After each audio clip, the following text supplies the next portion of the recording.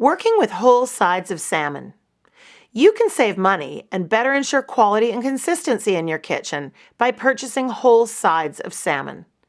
Let's learn a few easy-to-master techniques for working with these whole sides of fresh harvested Aqua Bounty salmon. Here are some tips for checking the freshness of the fish. Let's look at the eyes. They should be clear and full.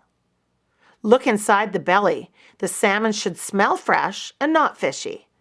The belly should also be clean and not bruised. The gills are a true test of freshness. A fresh fish has bright red gills. The skin and fins should be taut and covered with a light, clear, viscous coating. The scales should be intact and clear, and the flesh should be firm. Fresh caught and clean salmon can last up to 3 days if stored at or near 32 degrees Fahrenheit. Fresh whole salmon with the skin on should always be stored on ice versus just in the refrigerator. When icing down whole skin-on salmon, it can be placed directly on ice in a drip pan, packing the belly with ice as well. Any fillets should be wrapped in plastic and stored in a drip pan on ice.